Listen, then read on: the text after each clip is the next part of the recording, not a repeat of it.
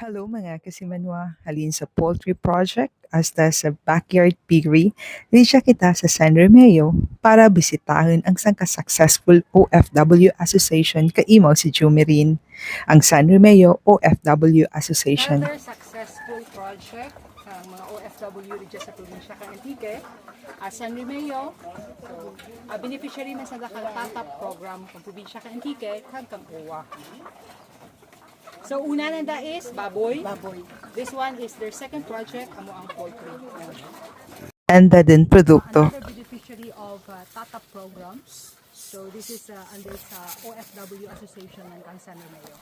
So, Diya, nagapamatuod nga kung nagabuliganay ka nagakooperar ang miyembro kang asosasyon, ang programa kang gobyerno maging successful.